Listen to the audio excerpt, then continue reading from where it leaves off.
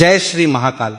25 अगस्त 2026 मंगलवार को श्रावण माह की प्रदोष तिथि पड़ रही है और भक्तों यह वह अत्यंत दुर्लभ तथा अत्यंत शक्तिशाली तिथि है जो श्रावण माह में पड़ने वाली मंगलवार की सबसे बड़ी और सबसे खास तिथि मानी जाती है, क्योंकि यह श्रावण मास में पड़ने वाली है और इसका बहुत ही गहरा, बड़ा तथा विशेष आध्यात्मिक महत्व होता है। पूज्य गुरु जी ने बार बार कहा है कि अगर कभी भी जीवन में ऐसा मौका लग जाए और श्रावण माह की प्रदोष तिथि मंगलवार के दिन पड़ जाए तो आप लोगों को एक चुटकी सिंदूर और काले तिल का उपाय तो अवश्य ही करना चाहिए।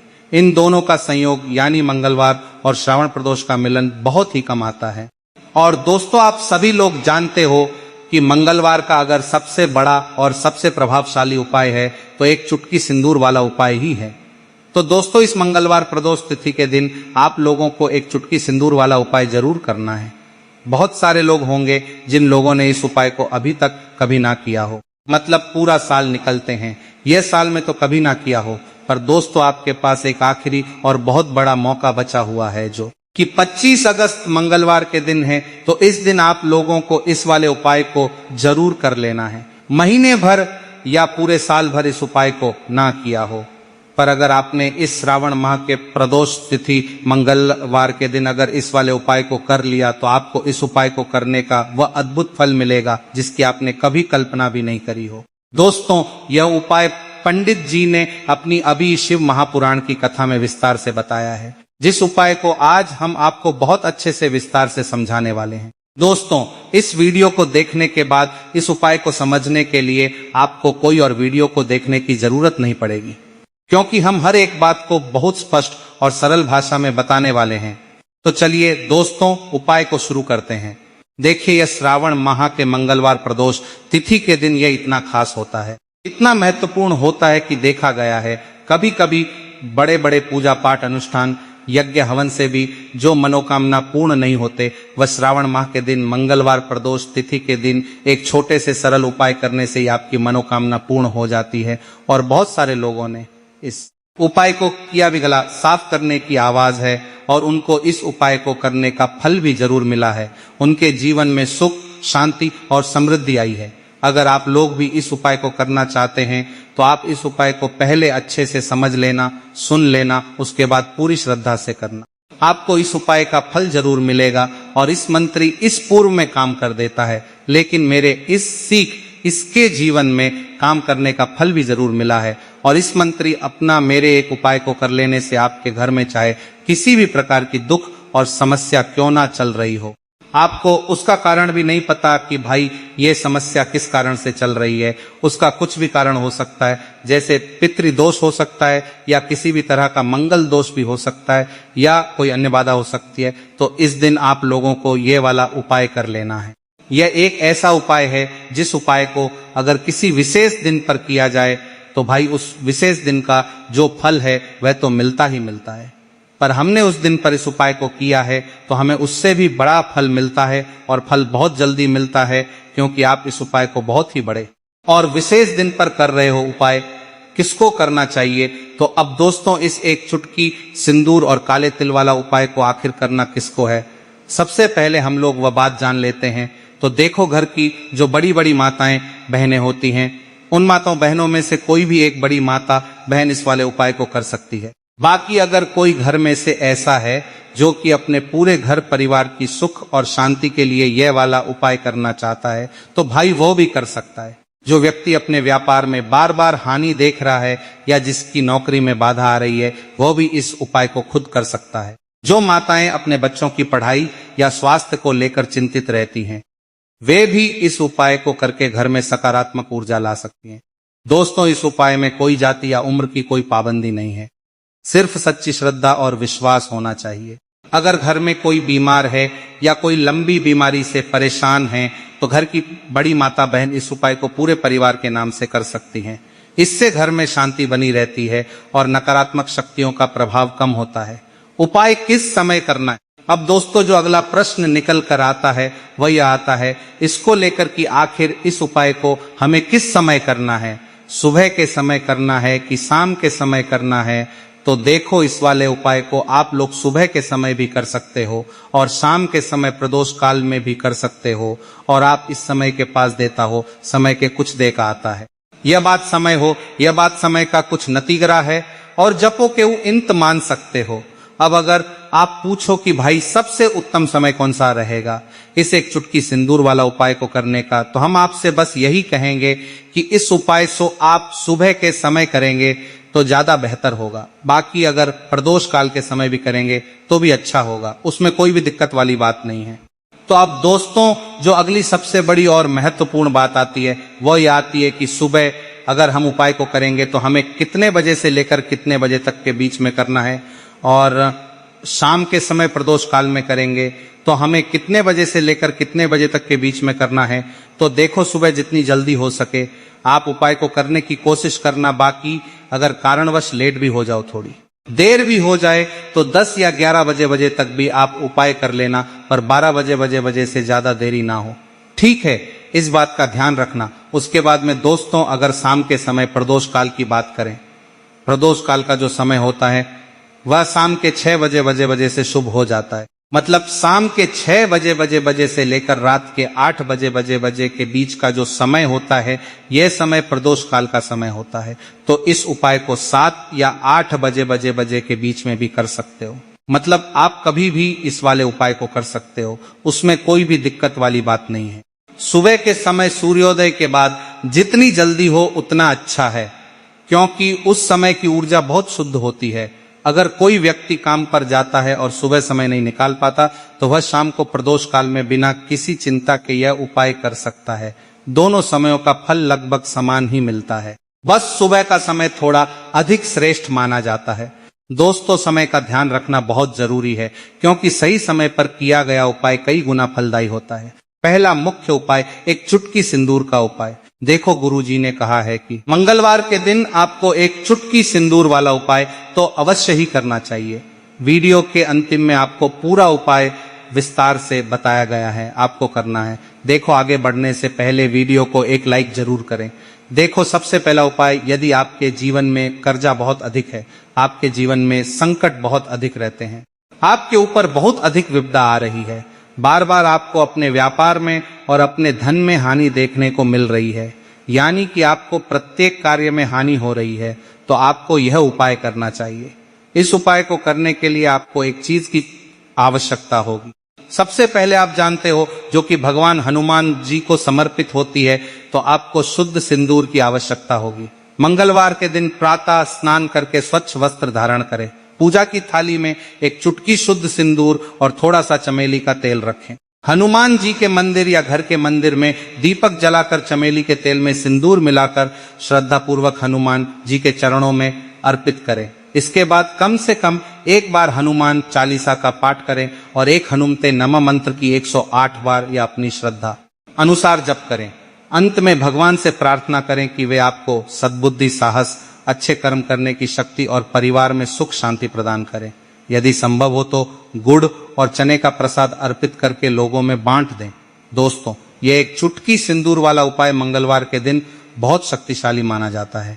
सिंदूर मंगल ग्रह को शांत करता है और हनुमान जी की विशेष कृपा दिलाता है। जो लोग नियमित रूप से हनुमान चालीसा नहीं पढ़ पाते, वे कम से कम एक बार जरूर पढ़ें। मंत्र जप करते समय मन को एकाग्र रखना चाहिए। प्रार्थना करते समय अपने घर परिवार की सभी समस्याओं को भगवान के सामने रख दें। गुड़ और चने का प्रसाद बांटने से पुण्य बढ़ता है और उपाय का फल और भी तेजी से मिलता है। इस आप में तेजी से मिलता है। उपाय को करने के बाद घर में सकारात्मक ऊर्जा का संचार होता है और बाधाएं धीरे धीरे दूर होने लगती हैं। बहुत से भक्तों ने इस उपाय को करके अपने जीवन में बड़ा बदलाव देखा है।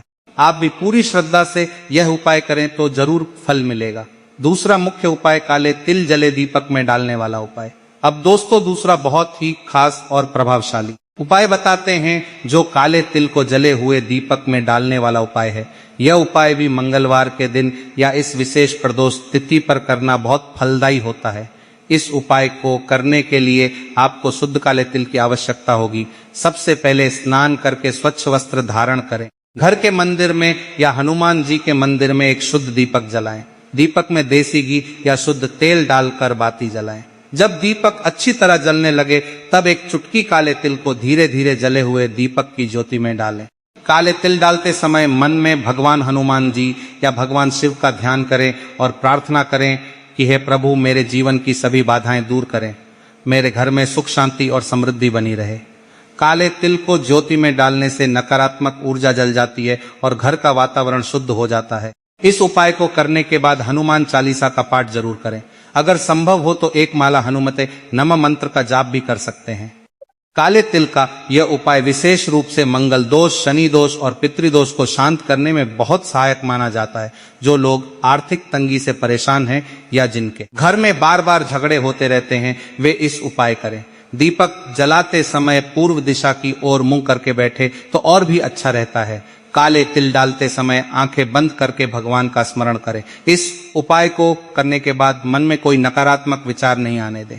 पूरी सकारात्मक भावना से करें तो फल जल्दी मिलता है। बहुत से लोगों ने इस काले तिल वाले उपाय को करके अपने जीवन में शांति और सफलता पाई है। आप भी इस उपाय को पूरी श्रद्धा से करें। अतिरिक्त उपाय तुलसी से जुड़े उपाय। अब भक्तों तीसरे उपाय के बारे में बात करते हैं। तो देखिए, सबसे पहले बात कर लेते हैं कि जो माँ तुलसी है, इनके बिना श्री हरि विष्णु का पूजन और श्री हरि विष्णु का भोग दोनों ही अधूरे हैं। जब भी हम श्री हरि विष्णु को भोग कराते हैं, उनको भोग लगाते हैं, उसमें हम तुलसी दल जरूर डालते हैं। एक पत्ता डालेंगे लेकिन तुलसी दल जरूर डालते हैं, क्योंकि बिना तुलसी दल के श्री हरि विष्णु भोग स्वीकार नहीं करते। और इस महीने में तुलसी का पूजन करने से व्यक्ति को सौभाग्य की प्राप्ति होती है। उसके घर में कभी निर्धनता नहीं आती। आप देखिए, सबसे पहले तो आपको इस महीने में एक हरा भरा तुलसी का पौधा अपने घर में जरूर लगाना चाहिए। अगर पहले से आपके घर में तुलसी का हरा भरा पौधा है तो बहुत उत्तम है, अगर नहीं है तो इस महीने में तुलसी जी का पौधा जरूर लेकर आए, क्योंकि यह सबसे श्रेष्ठ महीना है तुलसी के पौधे को अपने घर लाकर लगाने के लिए। दूसरी चीज की देखिए, इस महीने में या उससे पहले आपके घर में तुलसी जी का पौधा सूख गया है, और अगर तुलसी का पौधा आपके घर में सूखा हुआ है तो उससे कौन सा उपाय है जो आप करके रातों रात अपने भाग्य को चमका सकते हैं। तो देखिए, अगर आपके घर में अगर तुलसी जी का सूखा हुआ पौधा है, इसमें आपको हरे भरे पौधे से उपाय नहीं करना। आपके घर में तुलसी जी का अगर सूखा हुआ पौधा है, उसी से आप उपाय करेंगे। इस चीज का ध्यान रख देखिए, अगर तुलसी जी का पौधा सूख गया है तो आपको क्या करना है, उसकी छोटी छोटी ठानियां लेनी है, गिन करके 7 ठानियां। ठीक है ना? कितनी ठान लेंगे? 7 ठानियां लेंगे। थोड़ा सा मौली धागा आपको लेना है और 7 तुलसी की सूखी लकड़ी को एक के अंदर एक यानी गट्ठा टाइप का बनाना है और उसको बांध देना है। ठीक है ना? सारी तुलसी की लकड़ियों आपको इकट्ठा करना और मौली धागे से बांध देना है। बांध देंगे कलावा लपेट कर। अब आपको क्या करना है? रोली का तिलक इस तुलसी की सूखी लकड़ी पर आपको करना है। रोली का तिलक करेंगे। अगर चंदन है तो थोड़ा सा चंदन लगा दीजिए। अभी यह तुलसी की जो सूखी लकड़ी है, यह आपको थोड़ी देर अपने घर के मंदिर में रखनी है, श्री हरि विष्णु के सामने। और एक देसी घी का दीपक आपको श्री विष्णु के सामने लगाना है। दीपक गोल बाती का लगाएंगे और उसमें एक चुटकी पीसी हुई हल्दी डाल देंगे। ठीक है ना? श्री हरि विष्णु को हल्दी बहुत प्रिय है। दीपक लगा देंगे। थोड़ी देर बाद जो तुलसी की लकड़ियां हैं उनको ऐसे ही रखा रहने देंगे, तिलक कर देंगे। अब थोड़ी देर बाद आपको क्या करना है? तुलसी की वो जो सूखी लकड़ियां आपने बांधी थी कलावे से, मौली धागे से, अब आपको उन्हें उठाना है। एक छोटे से लाल कपड़े में आप इसको रख लीजिए। ठीक है ना? लाल कपड़े में रख लीजिए। पीला कप हो तो पीले कपड़े में रख लीजिए। रखने के बाद आपको क्या करना है? इसकी पोटली टाइप की बना देनी है। धागे से लपेटकर मौली धागे से ही पोटली बना लीजिए, आराम से बन जाती है। अब इस पोटली को आपको कहाँ रखना है? इसे आपको अपने घर के मुख्य द्वार पर टांगना है। ठीक है ना? अंदर की तरफ, बाहर की तरफ नहीं, अंदर की तरफ मुख्य द्वार पर अंदर की तरफ टांग दीजिए और माँ लक्ष्मी का ध्यान करिए, श्री हरि विष्णु का ध्यान करिए। उनसे प्रार्थना करिए कि हे धन की देवी माँ लक्ष्मी, आप मेरे घर में पधारिए और अपनी कृपा मुझ पर बरसाइए। इस तरह से आपको प्रार्थना करनी है और मंत्र बोलना है। ओम नमो भगवते वासुदेवाय नमः 11 बार यह मंत्र बोलना है।